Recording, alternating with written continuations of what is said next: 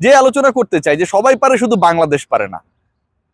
PNG, Papua New Guinea, তারা West ইন্ডিজকে প্রায় আটকে ফেলেছিল, বৃষ্টি এসেছিল, শেষ পর্যন্ত সেই ম্যাচে ওয়েস্ট ইন্ডিজের ত্রাতা হয়ে আন্দ্রে রাসেল এবং রস্টন চেজ একটা বিগ রোল প্লে করেন। আমাদের খেয়াল করে দেখি যে এই দুজন ক্রিকেটার যেভাবে উইন্ডিজকে বাঁচিয়েছে, এই দুজন ক্রিকেটার যেভাবে শেষ পর্যন্ত অঘটন ঘটতে দেয়নি বিশ্বকাপে, বাংলাদেশের ক্ষেত্রে অভিজ্ঞ ক্রিকেটাররা ঠিক তার উল্টো কাজটা করেন। এক্সাম্পল হিসেবে আমরা বলতে পারি যে বাংলাদেশ মাঝখানে টানা 3টা ম্যাচ হেরেছিল। জিম্বাবুয়ের বিপক্ষে একটা হেরেছিল লাস্ট ম্যাচে বাজেভাবে, এবং তারপরে ইউএস এর বিপক্ষে টানা 2 ম্যাচে হেরে সিরিজ হারিয়েছিল।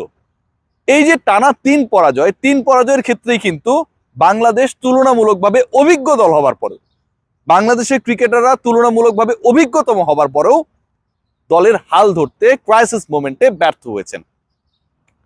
ওয়েস্ট ইন্ডিজের কথা যদি আমরা বলি যে আসলে অনেকগুলো দ্বীপ রাষ্ট্র, ছোট ছোট দ্বীপ রাষ্ট্র, Saint Vincent, Saint Lucia, Barbados, Jamaica, এরকম কতগুলো দ্বীপ রাষ্ট্র মিলে তারা একটা দল হয়। তারপরেও তাদের মধ্যে কি দারুণ একটা সখ্যতা, কি দারুণ একটা বন্ধন, কি দারুণ একটা আন্ডারস্ট্যান্ডিং। অথচ বাংলাদেশের ক্রিকেটাররা অলমোস্ট তারা একসাথেই থাকেন, জাতীয় দলে তো থাকেন, ক্লাব লেভেলেও থাকেন। আবাহনীর মোটামুটি 11 জন ক্রিকেটার ন্যাশনাল টিমের, তারপরেও তারা ক্রাইসিস মোমেন্ট কিভাবে মোকাবেলা করবেন সেটা জানেন। আচ্ছা, বাংলাদেশের কথা আমি বাদ দিলাম আপাতত, কিংবা পাপুয়া নিউগিনির আলোচনাও বাদ দিলাম, আরেকটা দলের আলোচনা করি। ইউএস এর সাথে যে ম্যাচটা এই তো মাত্র কয়েক ঘন্টা আগেই হয়ে গেল, কানাডার হলো, সেই ম্যাচে কেউ কি ভেবেছিল ইউএসএ জিতবে? 190+ রান চেজ করে জিতবে, শেষ 12 ওভারে যেভাবে ব্যাট করার দরকার ছিল তার থেকেও বেশি ভালোভাবে ব্যাট করে জিতবে? কেউ সেটা প্রত্যাশা করেনি। অ্যারন জোন্স সকল সমীকরণ বদলে দিয়েছেন। 40 বলে 94, 10টা 6 মেরেছেন ভাই। যে রেকর্ডটা তিনি গড়েছেন, যে রেকর্ডটা তিনি করেছেন, তার উপরে শুধুমাত্র কে? ওই ক্যারিবিয়ান কথা আবারও আনতে হবে, ক্রিস গেইল 11-6 মেরেছিলেন ওয়ার্ল্ড কাপে এক ম্যাচে।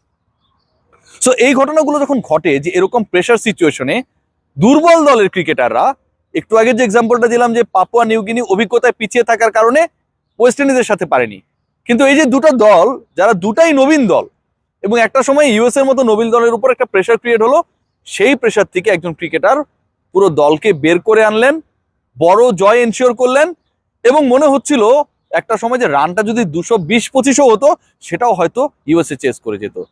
ক্রিকেটের উন্নতি হচ্ছে। আমি আসলে এই আলোচনাটা কেন করছি?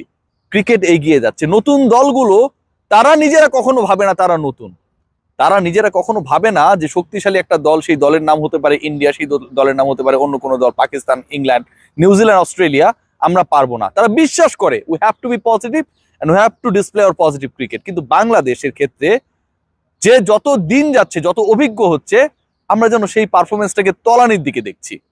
নাজমুল হোসেন শান্ত ক্যাপ্টেন হবার পর তার স্ট্রাইক রেট যদি আমরা খেয়াল করি সেটা হচ্ছে 105। 2024 সালে তার স্ট্রাইক রেট যদি আমরা খেয়াল করি সেটা 97।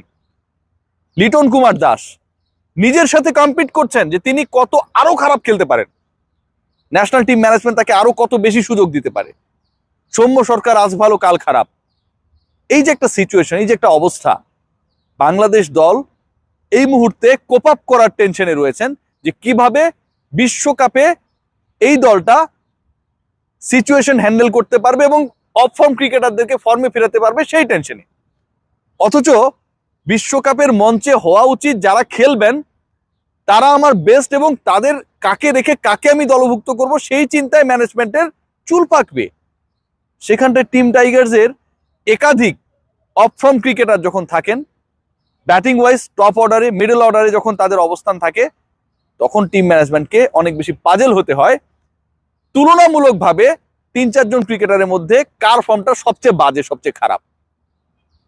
আমরা এই মুহূর্তে বাংলাদেশ দলের কাছ থেকে অ্যারন জোন্সের মতো 40 বলে 94 রানের কারো কাছ থেকে ইনিংস চাই না, শুধু চাই আপনারা আপনাদের বেস্ট ক্রিকেটটা খেলেন, যে ক্রিকেট খেলার অ্যাবিলিটি আপনাদের রয়েছে।